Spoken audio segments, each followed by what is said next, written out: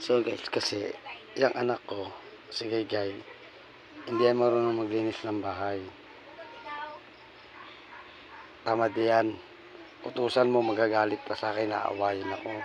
Ayan yung mga kalat lahat nila dito. Eh ngayon, nandyan yung jowa niya. So, tingnan natin kung kikilos yan. Oy, Gay! Yung mga kalat nyo, doon. Ano nalito? Ano mga kalat? Walang kalat to, ano eh. Kalat dito sa labas. Mga pinagkainan yung mga kuha ng chichirya. Anong chichirya? Yung mga baso nyo doon, saka chichirya nyo. Ano, hindi nyo lilinisin yun? Yung lamesa, hindi nyo pupunasan, nagkainan kayo doon. Gatas ni Tyler. Naka-video ka. Ito, pag wala yan ah. Oh.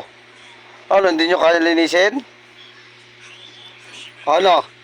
Ang saan? Ang saan? Ayan sa may lamesa, yung mga baso-baso dyan, yung mga chichirya pinagkakainan nyo. May laman pa yan eh! Tapos hindi nyo mapunasan man lang yung lamesa? Ganon? May laman to eh! Yung mga pinagamitan yung suklay, yung mga santol, yung kape, dyan ba yung nakalagay? Oh, yun pa akin ang isko to. Alam nyo naman na walang kalat dyan palagi eh. Magiging mo ang artista na ako sa vlog ni Oh. Ang arte mo! Ang paglulutuin ko.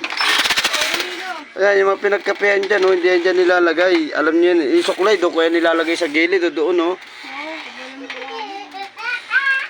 Tapos ngayon, hindi nyo, malinis.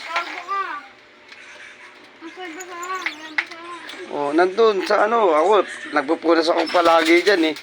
Alam nyo yung ginagawa ko araw-araw, eh. Pinapost mo yan to? Oo, naupot! Ayan na si Tyler. Di yan, bawal naman ang tayo mo! Sumisingaw yung ano! Pati nagdadasal dun sa kusina. Napag-initan nyo pa. Yan, ganyan. Pinapost mo yan to? Oh.